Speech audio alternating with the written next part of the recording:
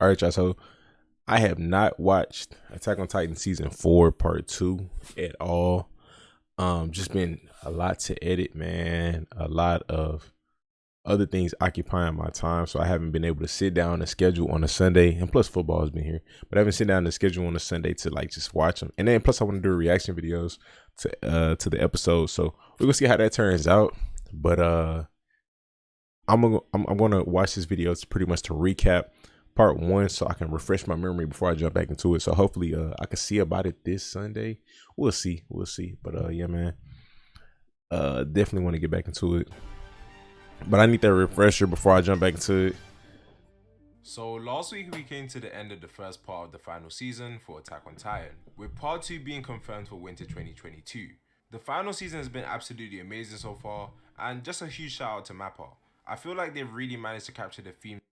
Alright, no offense to my boy, but the accent make him a little harder to understand, so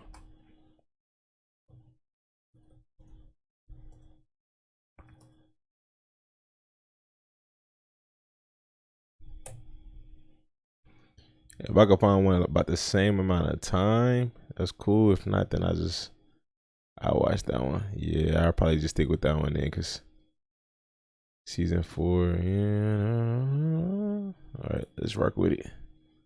And dark aspects of the content of the final season really well. So I'm definitely looking forward to part 2 when it drops. However, in today's video, I thought I would go over most of them. No, Reiner was big. Season, just as a little recap to refresh everyone's memory. So if you're new to the channel and this is your first time seeing my Attack on Titan videos, make sure to click that subscribe button. Gabby. And even if you're not new and you've seen one of my videos before but haven't subscribed yet, make sure to click that subscribe button as well. Even though the season is over for now, I forgot. I know she was a Titan. I can't remember what it was called, but I remember her. And just for some further clarification, this video won't contain manga spoilers or anything of that nature. It will just be going over the content we've had for the anime's final season so far, and potentially clearing up things you might have missed. But that's enough talking from me, let's get right into the video. The final season of Attack on Titan takes place right after the retaking of Shiganshina in season 3. After Eren experiences his father Grisha's memories, and we learn the secret of the basement, we learned that the Titans were not the only enemies for the people inside the walls, and that the true enemy was actually humanity across the sea. It was crazy because it was almost like racism in a sense. So it was pretty wild how everything revealed itself and started playing out. I have no idea how they got there. Specific, the nation of Mali. At the beginning of this season, we see the climax of the war between Mali and the Middle Eastern Alliance. Marlians, okay. Introduction to the nation of Marley, brief history and plans. Span of 4 years. The war initially broke out as a result of Mali's military. That episode was savage. They started, I ain't gonna lie, bro. They started off season 4 so crazy. The episode was just, it was amazing. The loss of the colossal Titan and the female Titan. And through what we see in the war, we learned that the reign of the Titans is coming to an end due to the advances of technology and weaponry in the world. So Mali, which is a nation that relies on the power of the Titans, is in trouble. And after winning the war, the goal is for them to gain the power of the Founding Titan as soon as possible, as well as collecting the resources Paradise Island has to offer, since the power of the Founding Titan is absolute. So they want the power of the Founding Titan and resources of Paradise Island. And would be more than enough to disable any possible future threat or development. Furthermore, after defeating Paradise and retrieving the Founding Titan, Mali would have all of the 9 Titans under their belt, which would be more than enough to assert their dominance. Besides from learning the situation of Mali as a nation, we get introduced to the 4 warrior candidates, Gabi, Falco, Udo and Zofia, who are competing to inherit Reiner's armored titan at the end of his term. And we also learn the identities of the new Jaw Titan, Porco, Gabi. And I learned that I think they said that here. I don't know if it was here or in season 3, that basically they pass on their Titan powers by being eaten to the next Titan. And the Car Titan Peak Finger, as well as getting information about the Tiber family who hold the Warhammer Titan. With this, we've officially met 8 out of the 9 Titan shifters. And another interesting piece of information. With this, we've officially 7 taking into account Eren has the Attack Titan and Founding Titan, and Laura Tiber wasn't introduced to this. Met 8 out of the 9 Titan shifters. And another interesting piece of information we get is that Porco is the younger brother of Marcel Galliard, who we know was eaten by Ymir when Reiner and the others began their plan to invade Paradise Island. After the return to Mali, Ymir was chained up and eaten by Porco, and that's how he obtained the power of the Jaw Titan, along with Ymir's memories. So Marley, alongside their warrior unit and the Tiber family, has the plan to take over Paradise Island within the next year to help keep their standing in the world. However, this plan of them taking over Paradise Island and retaking the founder was interrupted by the appearance of Eren Yeager in Marley. 3 years prior to this, we learn of the events that took place on Paradise Island after they gained substantial information on who their true enemy was through the memories of Grisha. Marley, despite their war against the Middle Eastern Alliance, were sending survey fleets to give a report on the Paradise situation. And that's when the followers of Zeke, the anti-Marleyan volunteers, came onto Paradise Island offering information on Marley. It was something odd about this though. I can't remember what it was. As well as their support and her solution to freeing the people of LDR. Under the orders of Zeke, the military of Paradise learned that he has a secret plan, which will require a Titan of royal blood and the founding Titan to save LDR, which Eren believed in the past was the power of the rumbling. And to give further clarification on what the rumbling is. So was Zeke actually good? Please do not comment any spoilers for the new season. But in this, was Zeke like kind of revealed as good or something like that? I can't remember. The rumbling is the power to unleash the colossal titans in the walls to trample the earth. We learned that initially this power was a threat meant to serve as a deterrent for an attack on Paradise, by none other than the 145th Fritz King. However, as we learn from Willy Tiber's speech, this is only a myth, as the king's intention wasn't to attack his enemies, but to only try and have peace for as long as he could inside of the walls. As the king was a believer that all Eldians should be punished for their sins, he thought that if Marley or any other enemies came to attack, then it would be Eldia's fate to perish, which is why he created a vow to renounce war, which prevents members of the royal family from using the founding titan to liberate Paradise. So in the present, the power of the rumbling is something that still needs to be tested to see if it's actually a valid option for Eldia's survival. Although besides the rumbling, they haven't come up with any other. Okay, who is Eldia? I don't remember who the Eldians were. I'm trying to remember.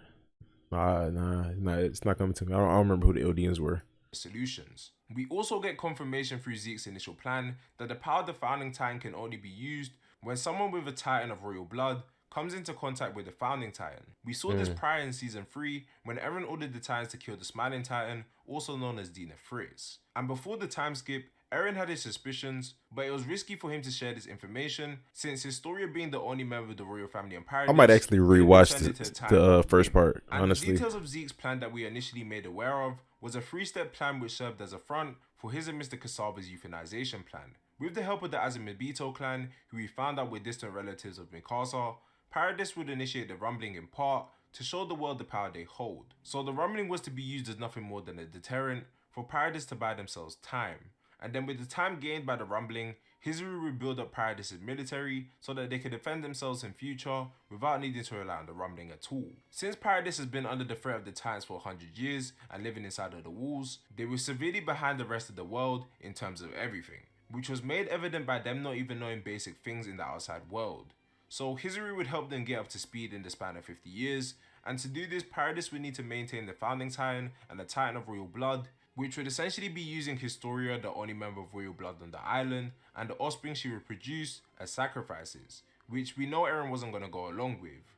So this plan would benefit all parties involved. Paradise would be able to survive, Hizuru would be able to collect resources from Paradise, which would benefit them economically, and Zeke would be able to save the Eldians as the true Eldian restorationist he claimed himself to be. Though 3 years later from this point... Okay, using context, the Eldians were Zeke's ancestors. Eldians and Marleyans were at war. I'm trying to remember. I think I'm just rewatched part 1 for myself, honestly. Just go ahead, binge watch it. Eren would end up acting on his own, infiltrating Marley and answering Willy Tiber's declaration of war. As a result of Eren's attack, Paradise would delay the attack from Marley on the island. Eren would gain the power of the Warhammer Titan and deal a massive blow to Marley's military. Sasha would lose her life as a result of Eren getting the scouts involved. Willy Tiber, although dying, would succeed in his goal of uniting the world. And Sasha, Paradise, that was tough. Paradise would now have the power of the founding Titan and the Titan of royal blood on their side. And despite all the casualties, Paradise now has the requirements to play the only card available to ensure their survival. Since over the course of 4 years, they still hadn't managed to find another solution besides the rumbling, and due to this, it would cause a divide between our cast. With the majority of people in Paradise praising Eren for his decision to attack Marley, they began to support him, and his influence would spread so much that it would lead to the creation of the Jaegerist group, who believe Eren will save all of LDR. The Jaegers even went as far as to kill Commander Zachary to show the people of Paradise which side they should be rooting for. And now, so the Eldians were the ones who were sent to Paradise. Paradise Island. Correct or incorrect? Yeah, let me know. Their main objective is to get Eren in contact with Zeke so they can commence the rumbling and take out their enemies across the sea. And while we know the intentions of the Jaegers group, we still don't know what Eren's thinking at this point in time, although we do know that he wants to get in contact with Zeke as well. We've had multiple perspectives on what Eren's true intentions might be. Upon the audience learning Zeke's euthanization plan, we saw the two meeting and Eren agreeing that Zeke trying to wipe everybody out. Blessing, and that together they would carry out the plan. And we also had Jan and Armin believing that Eren's actions might be a ploy, and that he might just be using Zeke to gain the power of the Founding Titan. And then we have the people of Paradise believing Eren's goal is to activate the rumbling to it's save them all. So many agendas, bro. That's what makes it crazy. It's so many different agendas. You don't know whose plan will be the one that comes to fruition and will actually make the story. You know what I mean? Like it's this is the same crazy plan that Eren adamantly disagreed 2 years prior, so we truly don't know what Eren's thinking or what he plans on doing. On the other hand, we have Armin and the others who still believe that talking is an option and that they should try to avoid the rumbling at any cost, even though they have no time. It's like almost everybody's on the same page mentally, like same level. I'll say that much. Everybody's smart in this show. It's crazy. And the history of Paradise into account, there's a clash of ideals and methods which has led to the falling out of all parties. But besides the matter of the rumbling and how Paradise should tackle the threat of the world, in this season we've had the reintroduction of Annie as we get to see her still being confined underground. Historia is now pregnant. Curious what her part is going to play. What happened with Ragako Village, with Zeke's unique ability to turn subjects of Ymir into titans through the use of his spinal fluid, which he would also use to control the military of Paradise. That was crazy. And as a result, this is giving free roam to the Jaegerists and followers of Zeke to take control of the whole island. And following the battle with Zeke and Levi in the forest, after learning of Zeke's true plan, the euthanization plan, which will prevent Eldians from ever giving birth again, we still don't even know if Levi or Zeke is alive, although it seems more likely for Zeke to still be alive, taking into account the Titan which is trying to save him, and Zeke seeing that mysterious girl close to death, so didn't Zeke get eaten by a Titan? Soldier, just further showing the helplessness of the situation on Paradise, and the need for the rumbling despite a lot of people being against it. And last but not least, with the ending of this season, we have Marley now coming onto the island to face off against Eren once again, which means there's a multitude of ways things can go if we leave it to our imagination. But regardless, there's definitely going to be serious consequences happening in part 2 of this season. However, the first part of the final season has definitely been great, and there was a lot we learned in these 16 episodes. And the next part will definitely answer all the burning questions us as viewers have, and we've been waiting years to find out. But that will wrap up my summary / recap of the most important things we've learned so far in this season. And I do hope you enjoyed the video. So if you guys did enjoy this video, make sure to smash that like button and subscribe to the channel, and be sure to let me know what sort of Attack on Titan he whooped Armin leading up to part 2 of the final season. Also, make sure to join my Discord server down below if you. Alright, man. Hey, shout out to Buddy. Shout out to Sage Arts for the recap. Like I said, I think I'm gonna just rewatch it. I got time to binge it. Plus, I've seen most of it already, so it'll just be a refresher.